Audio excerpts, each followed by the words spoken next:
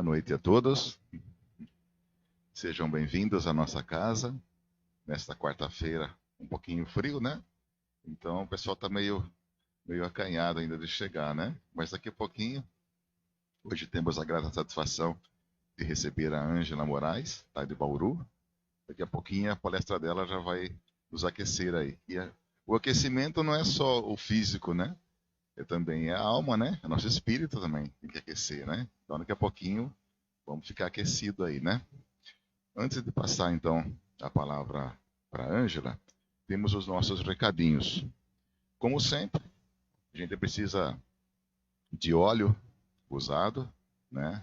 Tem um amigo, o Sérgio da casa aqui, o trabalhador da casa, ele fabrica o sabão através do óleo usado. Então, sempre que vocês tiverem óleo usado em suas casas, né?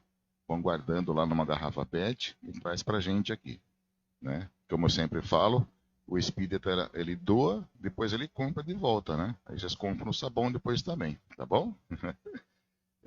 Roupa também. O nosso Bazar da Pechincha, que é um dos nossos grandes responsáveis aqui pelo custeio dos gastos da casa, também está precisando de doação de roupas, viu? Roupas de inverno, roupas boas, né? Não é só aquela roupa que está rasgada, não. Aquilo lá tem descarte, né?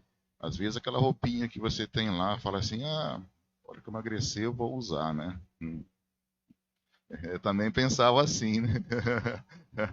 Tá fácil que vai emagrecer, né? Então traz ela, depois se emagrecer, compra outra, aí muda, né? Muda a moda, né? Ou então, né? Aquela roupinha lá bonitinha, ela traz pra gente aqui, que a gente vai fazer o Bazar da Pechincha e vai ajudar a casa também. Mais uma coisa só, então vamos pedir hoje. O nosso projeto Sou Luz, que ele atende hoje em torno, salvo engano, de 50 famílias ou mais, eu não tenho números exatos ainda, mas ele está precisando muito de doação de alimentos. Então, sempre que vocês puderem trazer alimentos para compor a cesta básica, que é doada mensalmente para essas famílias, tragam para a gente. Ou então, se não tiver como trazer o alimento, aqui na nossa secretaria tem os endereços dos PIX. Hoje em dia é super fácil, né? Com o PIX é super fácil de fazer um depósito. Esse dinheiro vai ser direcionado para esse projeto. E o pessoal, os trabalhadores da casa que compõem esse projeto, né, já vão comprar os alimentos que estão faltando e vão compor as cestas básicas. Enfim, não é só cesta básica, não. Às vezes é remédio, às vezes é alguma indicação para algum tipo de tratamento. Enfim, é um projeto muito bom, muito bonito e vale a pena investir, tá bom? Então chega de falar por hoje, né? Então, daqui a pouquinho você vai falar assim, pode terminar a palestra aí. Antes de passar então a palavra para a Ângela, vamos fazer uma oração?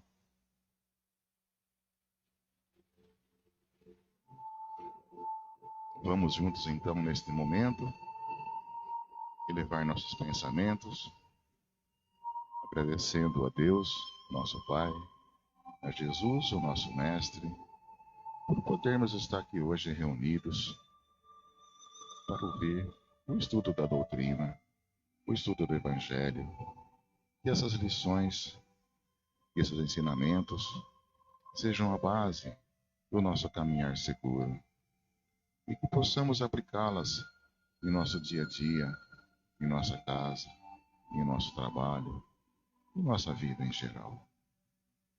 E assim, querido Mestre Jesus, com a sua oração, vamos iniciar a palestra desta quarta-feira. Pai nosso que estais nos céus,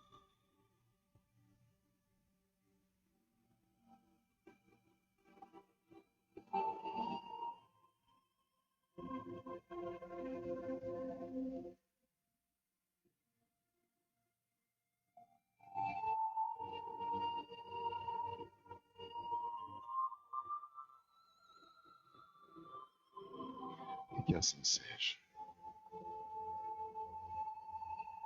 Angela, o microfone é seu.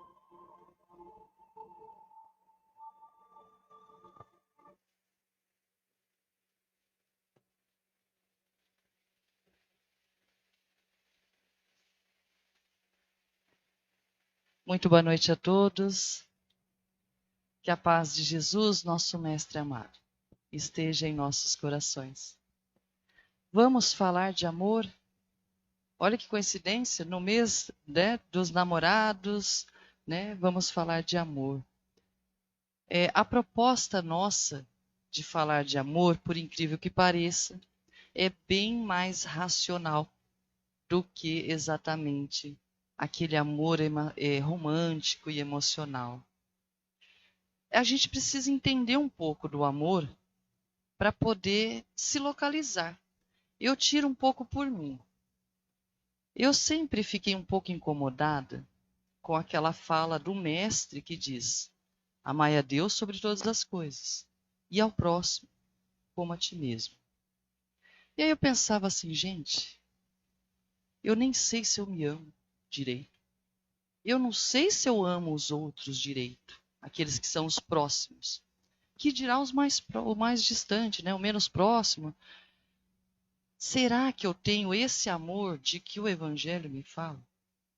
Eu sempre tive essa dúvida, mas essa coisa a gente não fala muito para os outros, dá uma vergonhinha, né? Falar assim, eu não sei se eu amo, a gente não fala isso para os outros, mas eu pensava, com muita honestidade, para falar a verdade, dentro de mim. Falei, bom, um dia alguma coisa vai fazer sentido. Então a gente vai lendo, vai estudando a doutrina, vai conhecendo a visão, inclusive, dos colegas dos outros palestrantes, que a gente tem muita amizade, e vai construindo um pouco desse conceito. Mas o que foi assim fantástico que caiu na minha vida, que nem uma luva, foi um livro de Joana de Ângeles, né, pela psicografia de Divaldo Franco, que se chama peraí, Garimpo de Amor. E é interessante que eu tinha ido ver o Divaldo, né, numa palestra que ele foi lá em Araras. Eu sou de Bauru, mas fiquei feliz. Falei, vamos, quero ver o Divaldo. Gastei dinheiro, fui, chegou no ano seguinte, ele foi para Bauru. Falei, puxa vida, se eu soubesse, tinha esperado. Mas enfim, valeu a pena. Depois eu fui de novo. E chegando lá, eu queria estudar mais Joana de Ângeles, porque ela tem uma vertente de estudar a psicologia humana que eu acho muito legal, muito interessante. Eu vou comprar um livro de Joana de Ângeles. E eu comprei esse livro, um lá que eu me interessei, e ganhei de brinde esse aqui, Garimpo de Amor. Tinha várias obras que eles estavam distribuindo de brinde, e para mim caiu essa. Eu coloquei na sacolinha, fui embora para casa e nem dei bola pro coitado do livro. Cheguei em casa, fui ver aquele que eu comprei, que eu estava ansiosa. O homem integral vai falar sobre, né, o homem em todas as suas conexões consigo mesmo, com o outro, com o universo.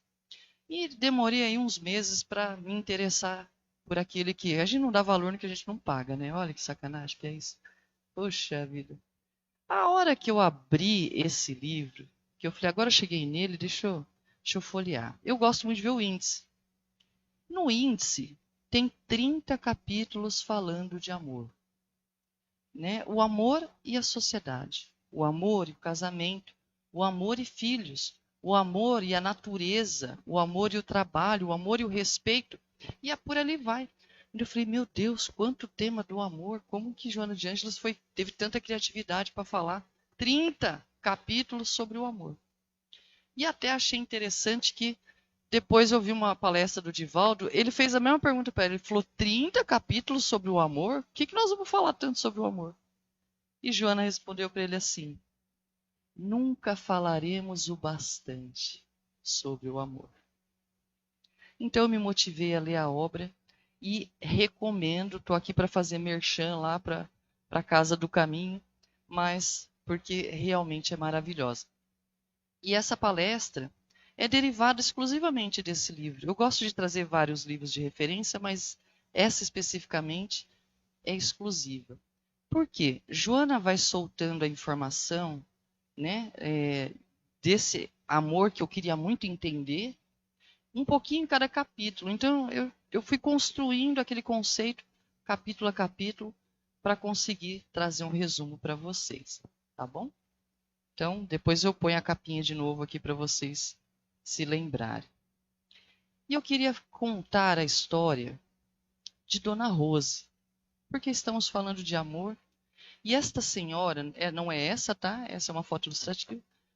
É uma senhora que eu conheci logo que eu mudei para Bauru, eu não vou falar o ano, porque eu não quero entregar minha idade, já faz bastante tempo, assim, mais de 2 décadas, tá? Só para dar uma pista. E naquela época, eu gostava, não tinha filhos, eu tinha um pouco de tempo, mais tempo sobrando, então eu gostava de visitar asilos.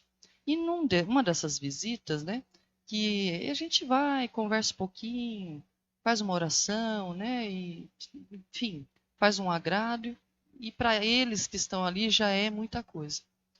E um dia, eu fui na enfermaria do asilo, que não é um lugar que eu costumo ir, porque eu não tenho muita facilidade com problemas de saúde, né? Então, por exemplo, quem é enfermeiro, quem é dessa área, a pessoa enfrenta muito bem essas situações. Eu sou daquelas que meio que quer sair correndo quando vê sangue, sabe assim? Eu sou meio fraca para isso.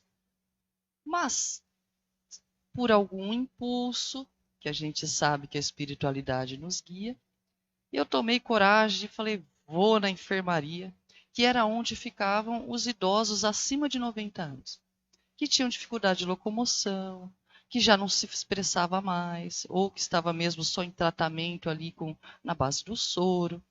Então, tomei coragem e fui.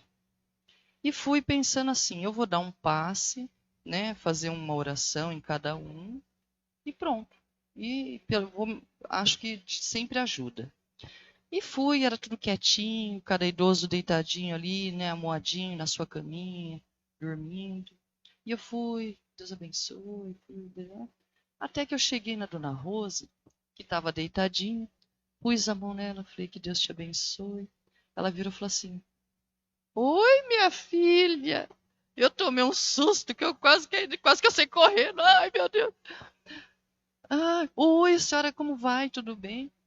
Ela tinha quebrado a bacia com 96 anos. E um espírito absolutamente lúcido.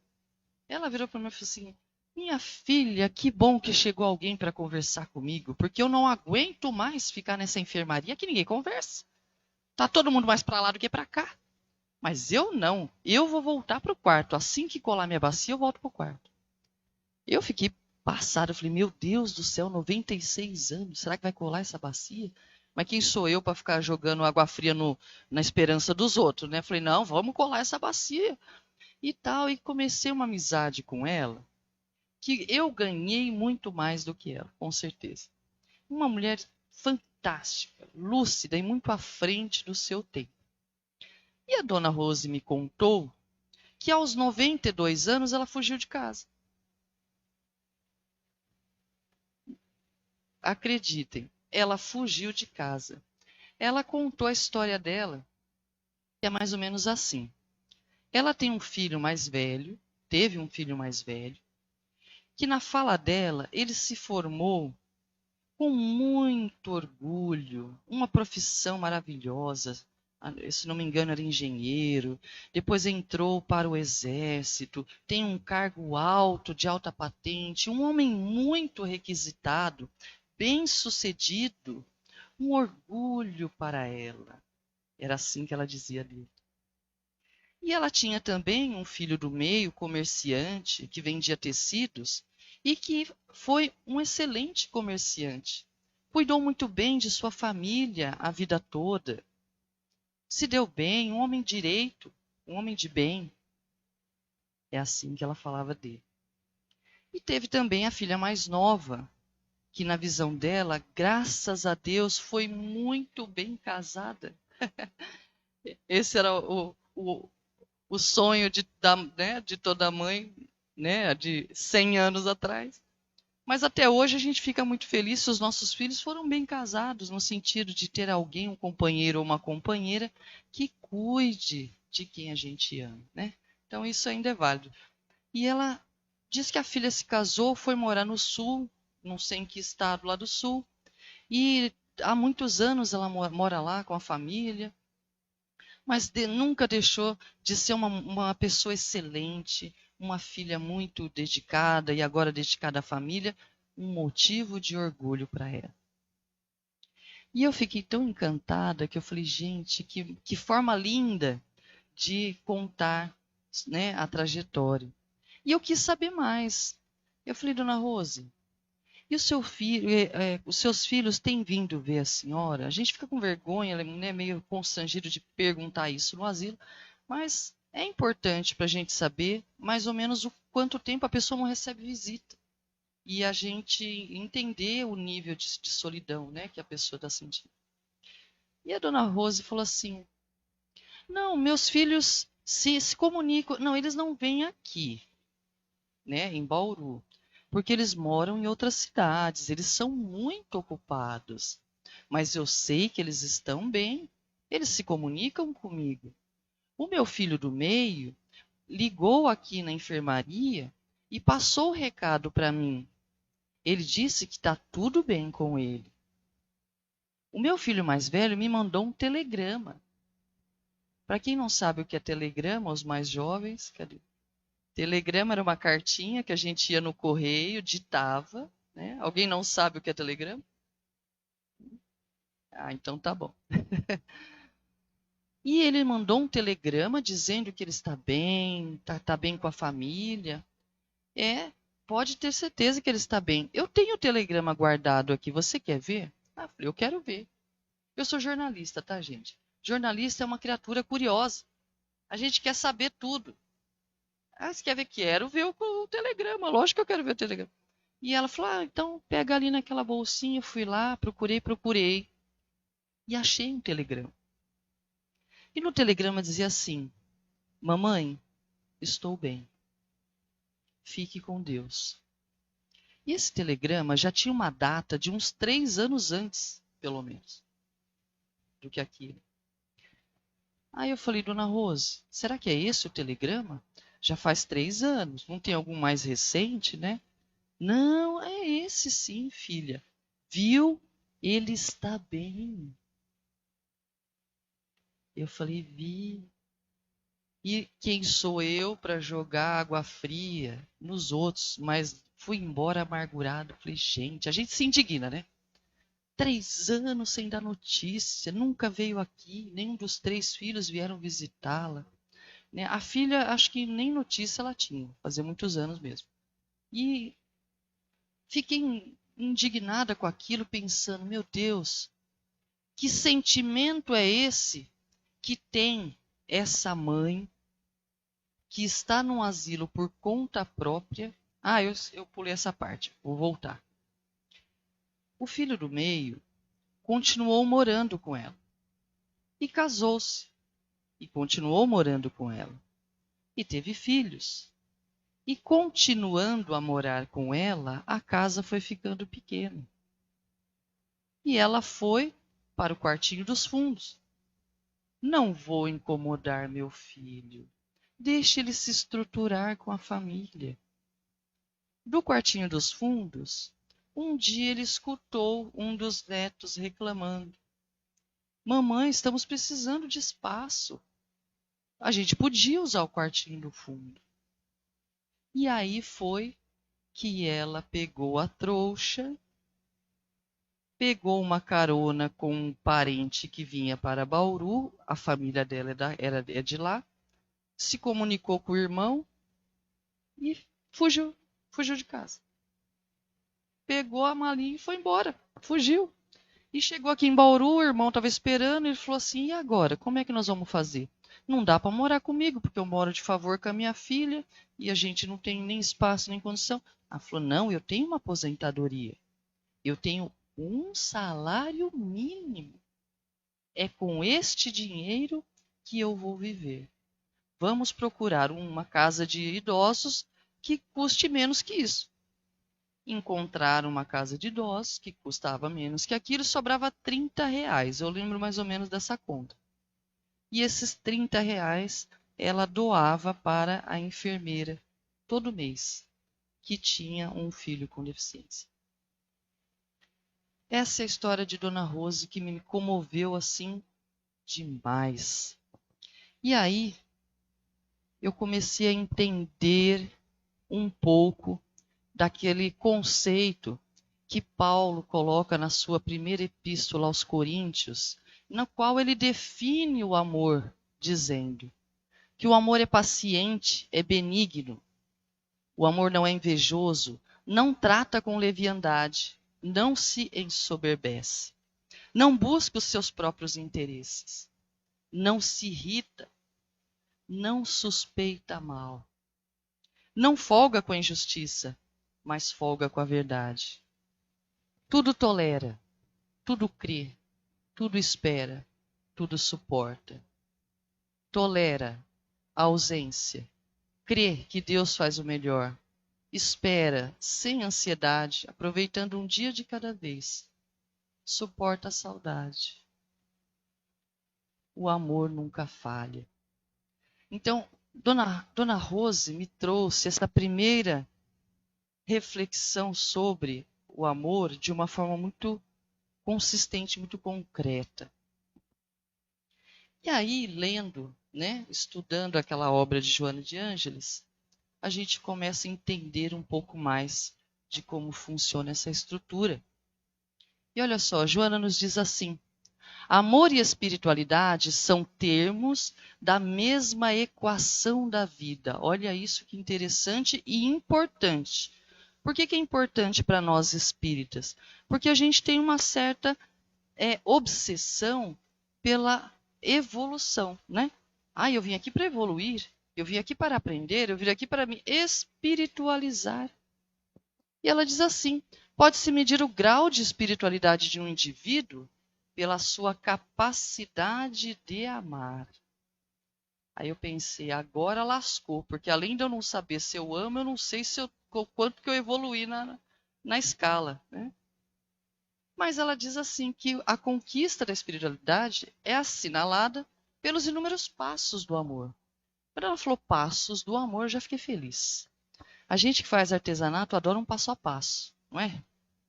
Mas aí é o caminho das pedras. Os meninos gostam dos manuais também, né? O manual tem lá, primeiro você faz isso, depois você faz aquilo. Bom, está começando a melhorar. Então vamos lá, vamos entender um pouquinho disso. O quanto amamos, né? Não se assustem com o gráfico, tá? Esse aqui eu tive que jogar no Excel, né? A pessoa trabalha com mercado corporativo e acaba usando as ferramentas. Mas para a gente entender um pouquinho do que Joana traz em cada capítulo, de uma forma que faça sentido. Vamos lá. Aqui nós temos uma infinidade de valores, né? Valores positivos ou a desenvolver, vamos dizer assim, desenvolvidos ou a desenvolver, ou negativo, né? Para usar o português claro. Da metade para trás, quanto mais a gente tem aqueles valores, mais apegados à matéria nós somos. E ao contrário, da metade para frente, quanto mais valores nós temos, mais espiritualizado somos. Vamos detalhar. Vamos lá. Eu coloquei ali naquela primeira barra a questão da força. Quanto mais para mim usar a força é algo importante sobre as pessoas, sobre os objetos, mais apegados à matéria eu estou. Quanto mais eu acho que eu tenho posse, que eu sou dono de coisas e pessoas, mais materializado eu sou. Quanto mais dominação eu preciso exercer, mostrar quem é que manda e quem manda sou eu, mais materializado estamos. Quanto mais imposições fazemos aos outros, porque os outros, na nossa cabeça, têm que fazer o que a gente quer, do jeito que a gente quer, mais materializados somos. Quanto mais interesses pessoais nós temos em primeiro lugar, né? Eu vou fazer alguma coisa para alguém. O que eu ganho com isso? Quanto mais eu me coloco, né? Coloco o meu interesse primeiro, e aí vem o egoísmo junto aí, né? Primeiro eu e o que for melhor para mim, mais materializados somos. Olha que coisa. Quanto mais necessidade de retribuição nós precisamos, mais materializados somos. Quanto mais nós necessitamos de estímulos para amar, mais materializados somos. Precisar de estímulos para amar é quando a gente não consegue perceber o amor do outro pelas suas atitudes. Ele precisa falar, ele precisa dar presente, ele precisa ser carinhoso fisicamente, ele precisa expressar o amor de uma forma muito material, senão a gente não percebe. Então ainda estamos aqui. E o divisor de águas é assim: quanto mais nos apegamos à ilusão de que as pessoas são como nós queremos que elas sejam, mais materializado ainda estamos. Mas existe um momento em que há uma virada de chave nessa construção interior nossa. E a gente começa a desenvolver a empatia, que é a capacidade de enxergar o outro como ele é. Eu rompi com essa ilusão de querer que a pessoa seja o que eu quero, ou idealizar, ou esperar. A gente às vezes não fala, mas espera que o outro seja o que a gente quer. Rompida essa ilusão, nós enxergamos o outro como ele é. E quando eu enxergo ele como ele é, eu começo a entender que a dor que ele tem, eu também tenho. Que a decepção que ele está passando, eu também passei. Que a luta que ele luta, eu também lutei, eu luto ainda. E a gente começa a ser mais compreensivo com ele. E compreendendo o outro como ele é, nós conseguimos ter mais compaixão. Puxa vida, a pessoa está passando por uma situação, eu sei como é difícil isso. Vou ver se eu ajudo de alguma forma, porque hoje eu saí da situação de dor. Mas eu sinto, eu sei como é. E a gente só é capaz de perdoar quando a gente é capaz de ter compaixão pelo outro, ainda que seja o inimigo, na fala bíblica, ou o adversário de vidas anteriores, ou o adversário dessa vida, ou aquelas pessoas com quem a gente tem dificuldade de relacionamento, conflitos, questões familiares profundas de dores. Nós só vamos conseguir perdoar se necessariamente tivermos desenvolvido a compaixão, a compreensão, a empatia. Se tivermos rompido com a ilusão, se pararmos de esperar que o outro expresse e por aí vai. Então, é uma jornada em que praticamente um sentimento precisa se desabrochar para dar início ao outro. Humildade. Quanto mais nós compreendemos as pessoas e perdoamos, mais a gente percebe que a gente é falho. A gente sabe os nossos pontos fracos. Acabou também aquela ideia, aquela ilusão ali de, eu sou uma pessoa muito importante. Somos todos importantes para Deus.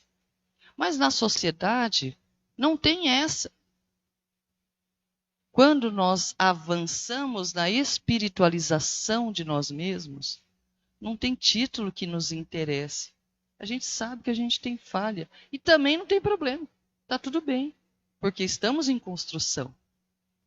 Ter falhas não é um problema quando somos humildes. Chico Xavier nos dizia muito isso, né? Eu sou um cisco. Aí a gente pensa, se o Chico é um cisco, a gente é um cisco no olho do cisco, né? De tão pequenininho que a gente é. Quando a gente vai se desmaterializando, se espiritualizando cada vez mais, a gente deixa de fazer imposições para as pessoas. Porque a gente entende, compreende quem ela é, até aonde ela pode ir e aceita. É dessa forma que você pode fazer, tá bom. Se para mim não atende dessa forma, vamos fazer de outro jeito. mas não vai ter mais aquela pressão, né? Aquela imposição.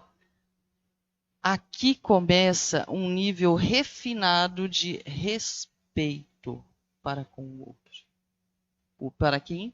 Para com quem o outro é. Disposição para servir.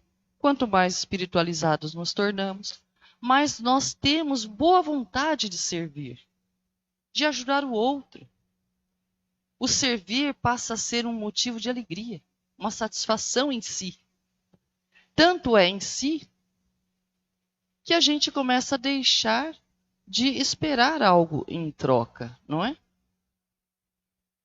E aí a gente tem ali também um sentimento muito refinado, chamado companheirismo. O companheirismo é talvez o sentimento que a gente mais cobra do outro, principalmente do cônjuge. E é o que menos a gente também sabe dar. Porque a gente só é capaz de ser companheiro mesmo se a gente já tiver todas essas habilidades vencidas. E às vezes a gente não tem. E o outro também não tem. O companheiro ou companheira também está trilhando a jornada dele. Não dá para cobrar uma coisa se ele não tiver chegado nesse nível de espiritualização. Pensar no outro antes do que em si. Aí nós já estamos entrando numa categoria elevadíssima, né? Do servir no sentido de a preocupação da pessoa é antes o outro. E ela depois. Depois eu penso em mim. E isso se torna natural. Natural para ela. Porque para ela a felicidade é pensar no outro. E o mais refinado dos sentimentos, o mais espiritualizado dos sentimentos, é justamente aquele amor pelo ato de servir sem esperar nada em troca. Sem esperar nada em troca. Sem esperar a visita no asilo. Quando estivermos lá. Sem esperar que os filhos vão no asilo nos visitar. E está tudo bem. Olha o nível sofisticado de amor que nós estamos falando. E não é o amor-sentimento que está prevalecendo aqui. É o amor-comportamento. É como eu me comporto de forma amorosa. Mesmo com aqueles com quem a gente não ama sentimentalmente. Vamos entender isso melhor. Vamos colocar os nossos atores sociais. Eu gosto dessa expressão que o pessoal do serviço social usa. Por exemplo, como mães ou pais, né, no meu caso mãe, talvez seja mais fácil eu amar naquele nível de pensar antes no meu filho do que em mim. Talvez, e será que sem esperar nada em troca? Ou será que eu falo assim? Custa vocês reconhecer o meu trabalho? Vocês ficam me explorando, ninguém me agradece. Quando eu peço para lavar uma louça, ninguém lava. O que eu estou esperando? Retribuição. Então, não posso dizer que meu amor de mãe chega tão longe assim. Mas chega perto, né? Na maior parte das vezes. Ou não. Ou pode ser que eu seja o tipo de mãe que parei ali na ilusão e quero que meu filho seja o que eu acho que ele deve ser. E vou esmagá-lo com isso. Porque o meu interesse pessoal perante a sociedade é ter filho médico, engenheiro, e não vou respeitar a sua posição. Talvez. Talvez eu não vá respeitar a sua escolha de gênero, que hoje está tão mais plural. Talvez eu não vá aceitar a sua escolha, a sua preferência sexual. E aí eu fico nessa ilusão aqui, ó. Ele vai ter que ser quem eu quero. Mas o atraso é de quem? Dele? É o nosso amor que está parado nesse ponto. O dele a gente não sabe. O nosso está parado aqui. Ou em situações piores. Onde será?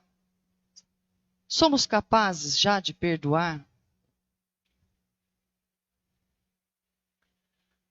Os nossos pais. Essa é uma provocação profunda.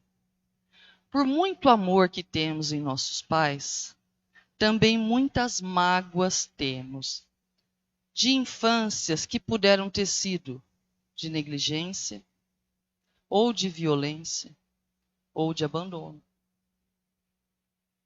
Ou de forma muito suave, mas aquela falta de tempo para olhar para nós com mais cuidado enquanto éramos crianças.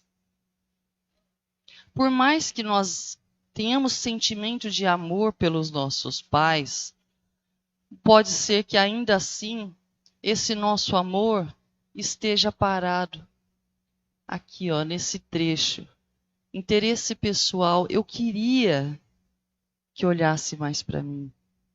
Ilusão, eu queria. O papel de uma mãe era ser assim comigo e você não foi.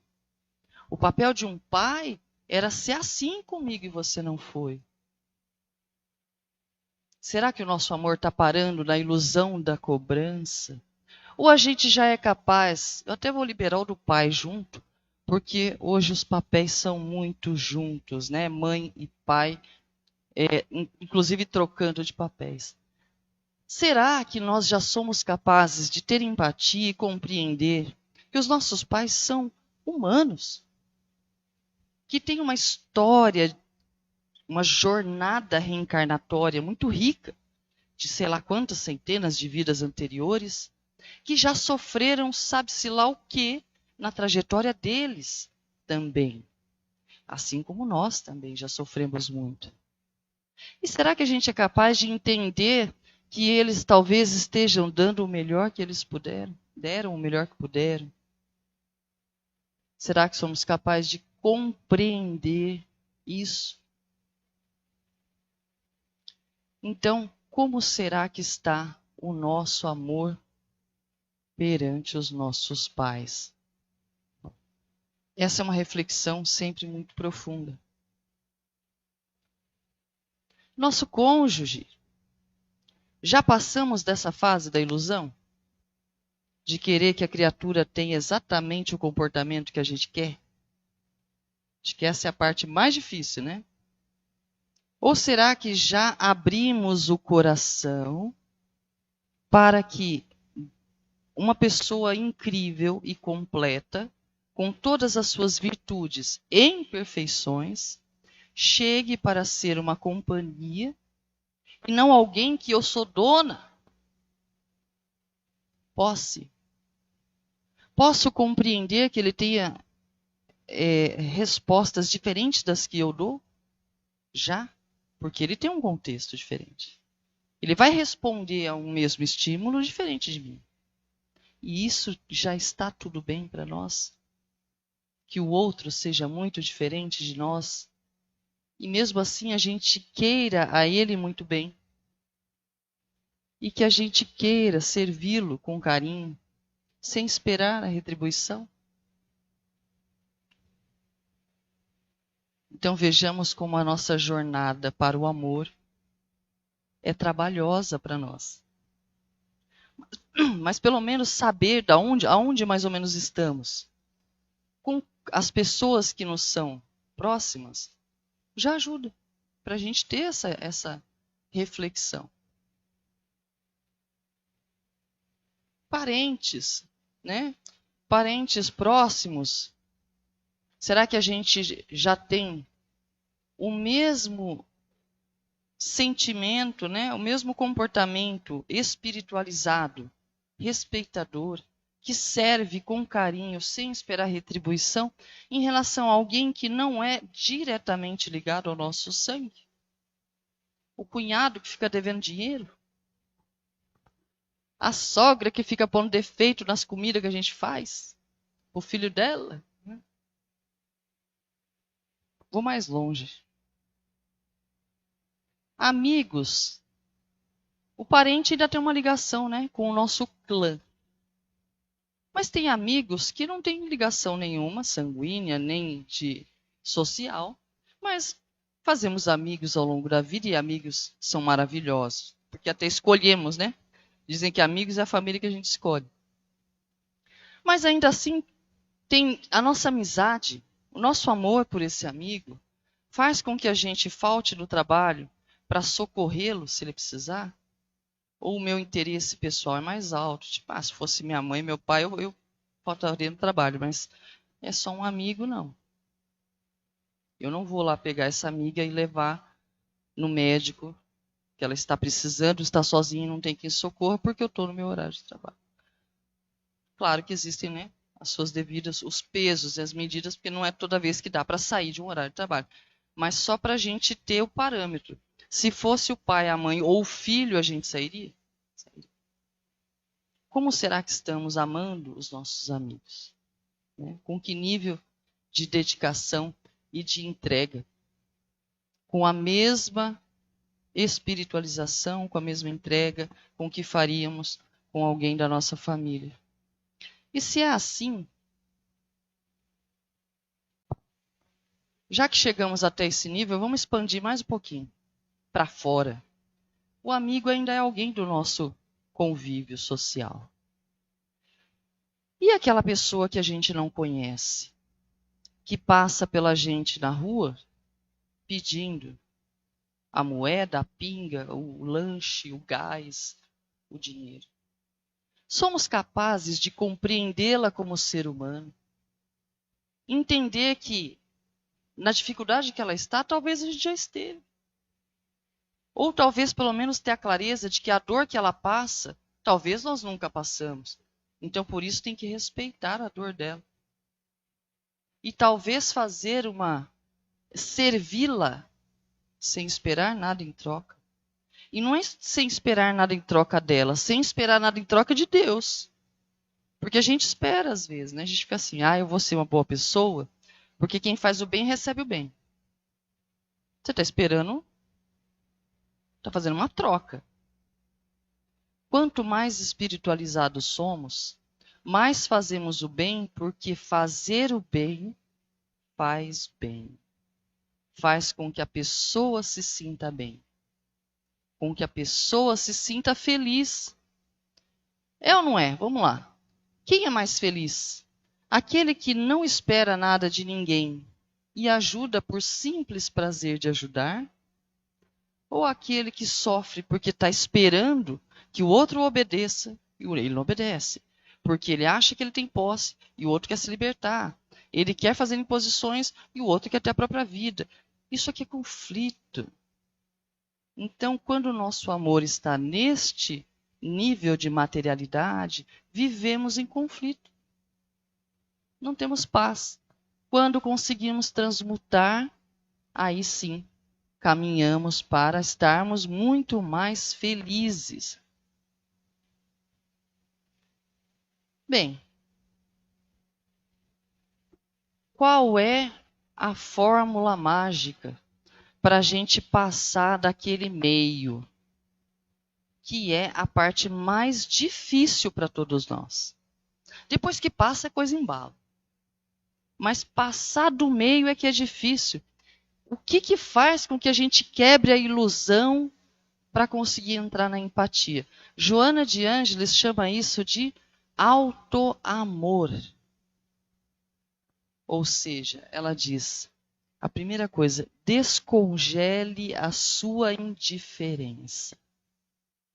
Enquanto não descongelarmos a nossa indiferença, não seremos capazes de enxergar o outro como ele é. E olha aqui, qual que é o pulo do gato? Descongele a indiferença que você tem com você.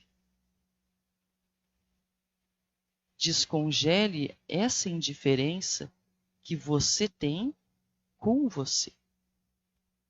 Porque lá dentro de você tem uma criança ferida.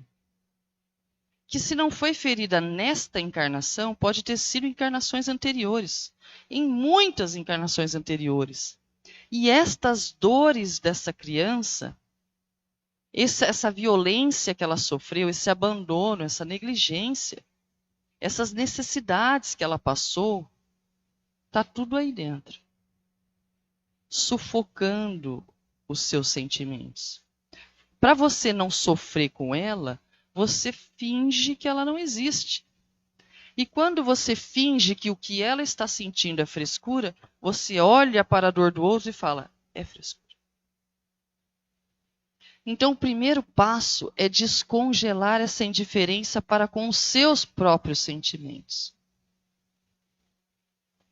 Descongelar a frieza. Não posso ficar triste. Não, deixa para lá, a tristeza não existe. Calma.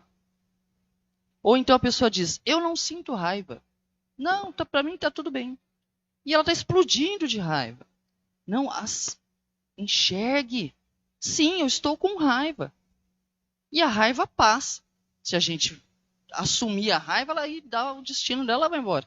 Mas se você não assumir a tua raiva, você vai ter um problema de saúde grave.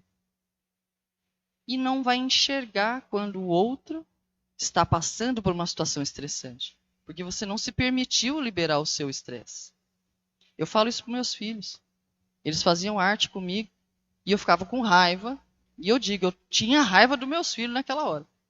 Ô mãe, eu falei, não fala comigo porque eu tô com raiva de você. Oh, mas é que, mãe, você tem raiva de mim? Eu falei, não tenho raiva de mim, eu estou com raiva. Porque você fez isso, fez aquilo, eu não queria, eu falei que não era para fazer e você fez. Então agora você vai para lá e espera a minha raiva passar. Quando passar eu aviso. Aí passava lá umas 2 horas, eu não consigo ficar com raiva muito tempo, mas naquela hora que eu estava com raiva, eu estava com raiva. A gente tem que ser honesto com a gente. Aí depois que passava, fulano, passou. O que você quer? Né? Mas a gente tem que reconhecer a nós mesmos. Não podemos ser frios conosco. Eu tenho saudade de alguém que não fala comigo mais. Não, isso é bobagem. Não, a gente tem que entender. Eu tenho essa saudade. Se a pessoa não vai falar e eu não vou atrás também, tudo bem. Isso aí a gente não sabe como é que vai se resolver. Mas eu preciso aceitar que tem essa saudade no meu coração. Quando a gente assume o sentimento que tem, os nossos mecanismos mentais entregam essas energias e desanuvia isso. Precisamos descongelar essa indiferença conosco, parar de ser frio com a gente mesmo, assumir sim as nossas dores e não ficar no vitimismo também. Ficar parado no vitimismo já cai lá na ilusão. O vitimismo faz parte da ilusão, né? Porque a gente tem milhares de bênçãos acontecendo no meio das atribulações.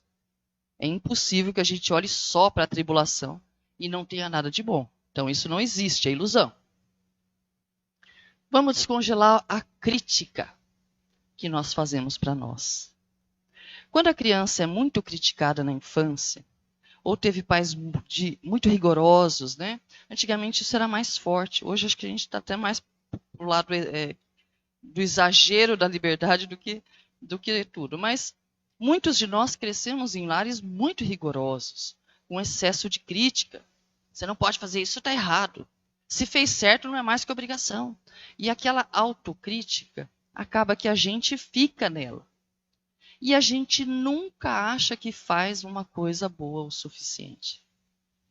Essa exigência conosco mesmo eleva o nosso nível de exigência também para com o outro. Se eu acho que o que eu estou fazendo não está bom, que dirá o que o outro está fazendo, porque a gente não confia nas pessoas, né, no geral. Então, olha só, precisamos nos criticar menos. Enxergar com mais propriedade o que temos de bom e ruim. Tirar a ilusão da frente. Não, realmente, isso aqui eu tenho de habilidade. E isso aqui eu preciso aprender melhor, porque eu não sou boa nisso. Essa clareza e essa honestidade conosco é fundamental para que a gente descongele a indiferença e dê vazão às dores da nossa criança ferida. Precisamos parar de ser cruel conosco mesmo. Nós somos cruéis quando a gente se obriga a fazer uma coisa que a gente não quer. Às vezes é necessário quando é um sacrifício muito pontual. Mas isso não pode ser constante a vida inteira. Viver de sacrifício é se anular, se colocar numa situação de não sair de situações, inclusive, que a pessoa está sufocada. Isso chama-se crueldade conosco, autopunição. A gente fica se punindo por questões mal resolvidas que ficaram lá no nosso inconsciente. E aí a gente se culpa daquilo e não se liberta daquilo que está nos aprisionando, nos fazendo sofrer. O nome disso é crueldade. É crueldade a gente não se permitir o lazer. É crueldade a gente não se permitir deitar um pouquinho, ficar vendo as porcarias do TikTok lá e dando risada com aquilo. Por que não? Tem pessoa que não consegue. Não posso perder o meu tempo, nem um minuto do dia com aquilo. Calma, não é assim. Por que somos cruéis? Não, eu tenho que aguentar o dia todo sem dar uma descansadinha, eu vou dormir só de noite. Tá, mas por quê? Tem não, é porque quem dorme de dia é vagabundo. Tem crenças que a pessoa cresce com ela na cabeça. E impõe uma regra desnecessária. O nome disso é crueldade. Crueldade com a gente. Vamos parar com isso, gente. Auto-amor. Seja gentil com você. Ofereça a você oportunidades de ser feliz em momentos pequenos do dia a dia. Não é ganhar na loteria e você feliz. Aí vai ser difícil. Felicidade é coisa pequena. É ver um amigo que faz tempo que a gente não vê. Estar presente com os nossos amados. Aqui na terra. Porque daqui a pouco um de nós já vai ter ido. As felicidades são momentos que a gente pode nos oferecer. Parando de exigir que sejamos perfeitos. É puro orgulho querer ser perfeito. Não vamos. É ilusão achar que somos perfeitos hoje. Se fôssemos perfeitos, não estaríamos aqui na Terra, que é um planeta de expiações e provas. Ou seja, eu já estou espiando o erro que eu fiz, já acabou minha perfeição aí. E estou sendo testada em situações que muitas delas eu vou falhar. Não estou pronta ainda. Não somos perfeitos. E não temos que querer ser perfeito agora. Temos que querer caminhar para aprender. Cada dia um pouquinho. Mas essa exigência de perfeição, quanto mais eu exijo de mim, mais eu exijo do outro. Então fez sentido para mim, depois de ler essa obra, o que é que Jesus quis dizer com amai a Deus sobre todas as coisas e ao próximo como a mim mesmo. Se eu não amar a mim mesmo, realmente eu não consigo enxergar a jornada do outro. Então, Joana de Ângeles é fantástico. Esse livro ganhou assim um lugar de destaque na minha estante. Também não posso dizer que foi um lugar de destaque. Para ser bem honesta, eu deixei o livro cair, choveu, entrou água, molhou a capa e meu livro está sem capa. Ai, Joana, desculpa. Mas o conteúdo tá lá. Joana fala assim: reabilita-te. Cura essa criança ferida. Busca essa autocura. Nós temos recursos hoje. Nós temos o recurso profissional o pessoal da psicologia, da neurociência, das terapias em geral, das terapias holísticas para nos ajudar. Nós temos ajuda da casa espírita através do passe magnético que nos equilibra. O atendimento fraterno que o colega vai nos ouvir e nos ajudar a entender, ou pelo menos aliviar o coração. Nós temos recursos para reabilitar a nós mesmos. E precisamos procurar esse recurso. Porque senão, se não procurar, também não adianta. Quem não quer, não recebe, né? pedi e obtereis. A gente tem que ir atrás. Eu vou até pular essa tela aqui, porque eu já deu o meu horário. Mas vamos lá. Aqui é só uma dica, né, de formas da gente sair daquela situação de autoflagelação, né? Existe uma próxima oportunidade.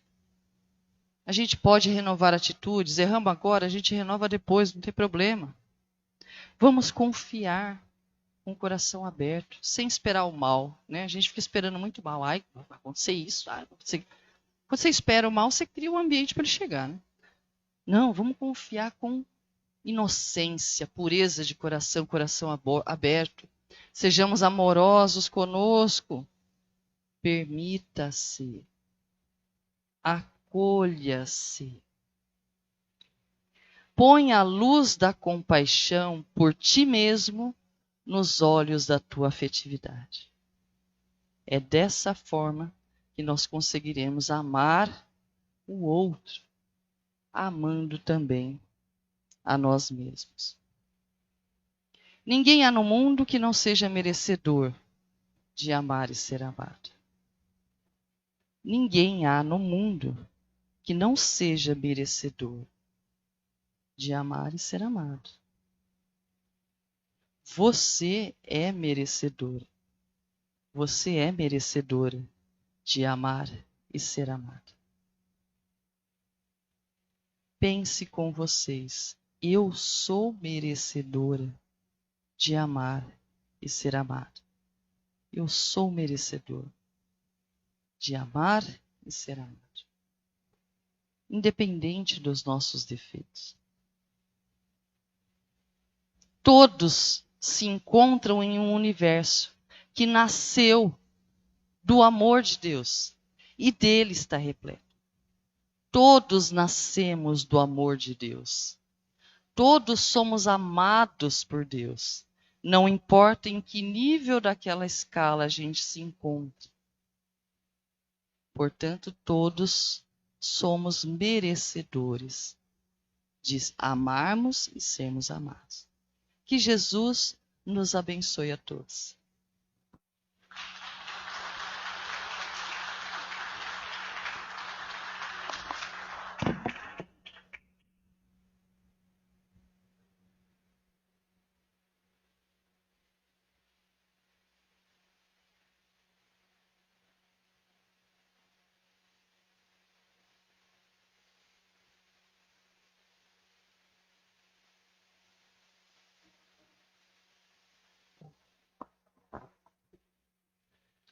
Agradecemos a Ângela por essa maravilhosa palestra, viu? Muito obrigado, viu?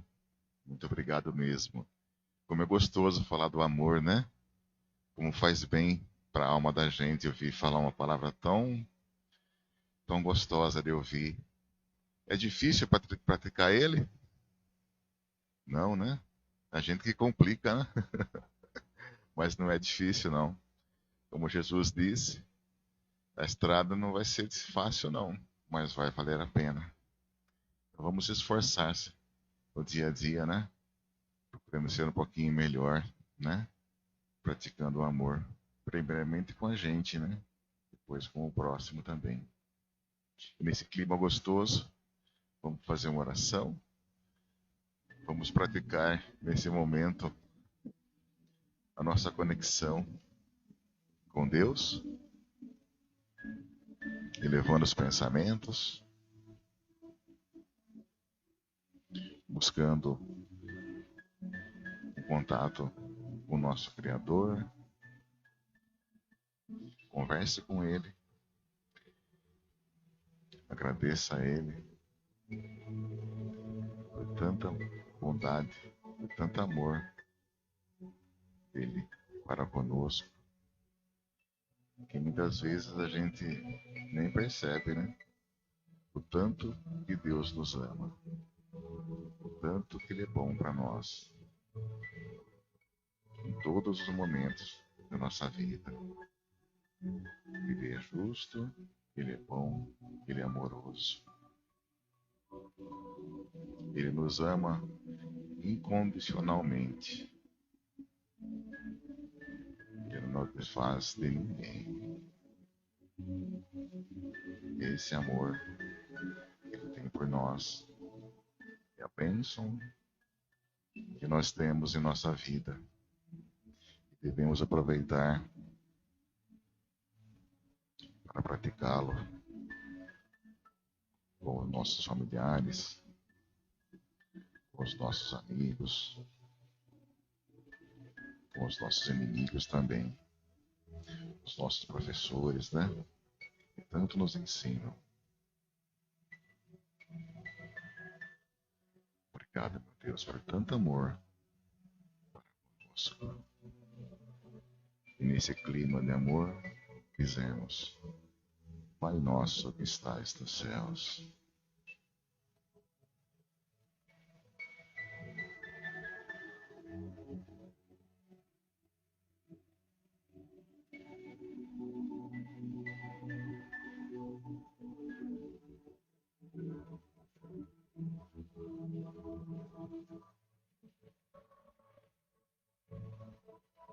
E que assim seja.